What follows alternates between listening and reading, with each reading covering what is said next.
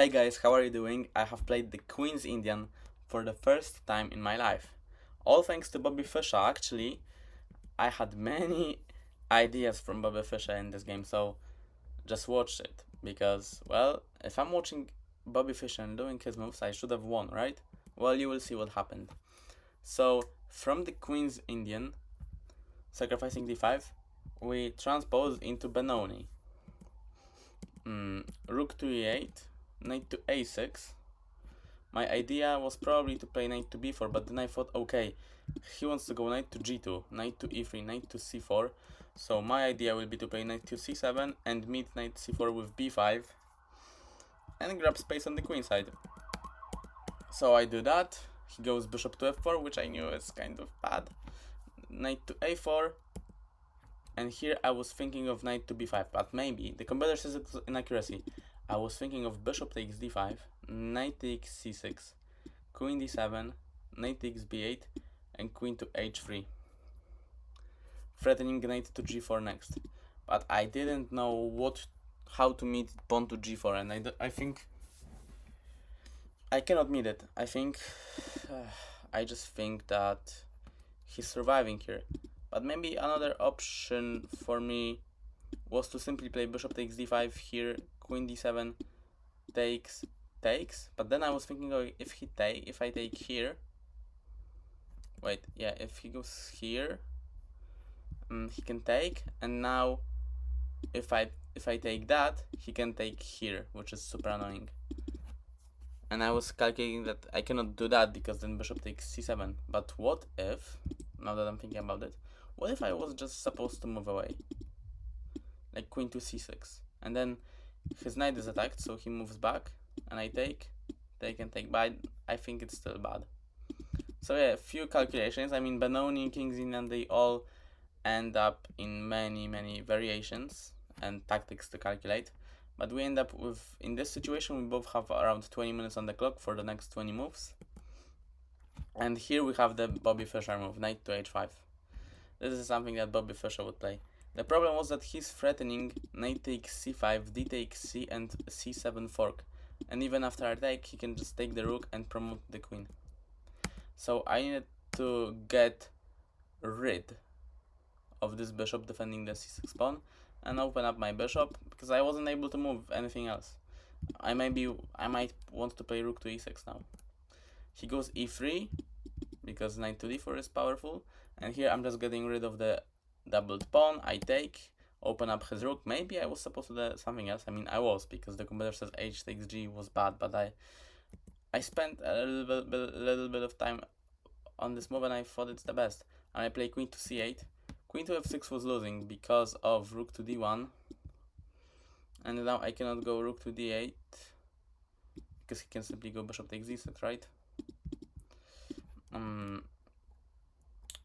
Maybe queen f6 wasn't losing, but it was not the perfect move. So I chose queen to c8, queen to f3, queen to e6. Now I'm defending everything. The f7 square, the d6 square, and I'm feeling good. Rook to d1, and I was looking at, oh my gosh, this knight is looking so bad. I want to play queen to b3. I saw what he's gonna do next, but I thought it's not gonna be bad for me. Yeah.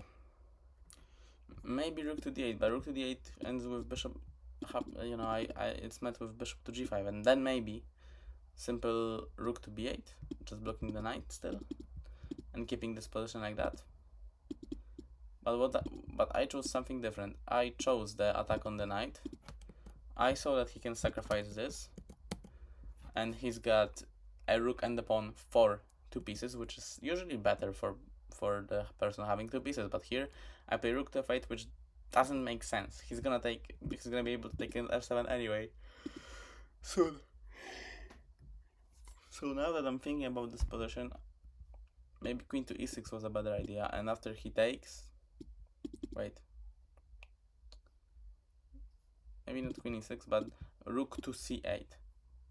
And after c7, I can simply go queen to e6, and if he goes here, I can even go rook to c7.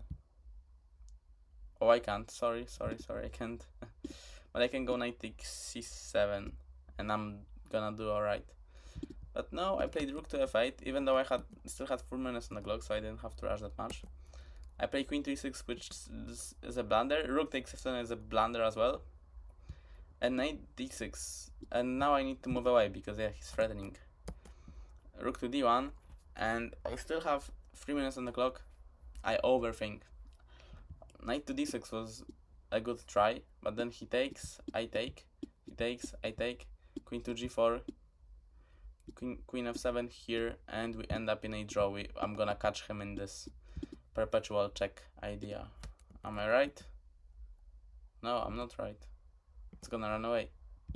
Okay, never mind, but maybe, you know, it's a classical game, so we wouldn't be able to see this. This is a one position for him, by the way. I thought it's not.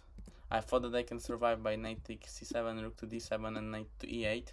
After that, simple queen to g6, and yeah, I somehow survive. But no, the computer doesn't like it at all. Yeah, queen d5, queen d7. I mean, he's too powerful on the 7th rank. So I don't know because I knew that I was better at one point, so I don't know how I was supposed to play. But I play bishop to d4, and I forget that after he takes, I cannot take on f7 because of queen to g4. Very simple, right? A fork on the king and the rook. So I need to take this, and we end up in an endgame with a pawn down that is completely, actually 2 pawns down, that is completely lost for me. And I still play for a while.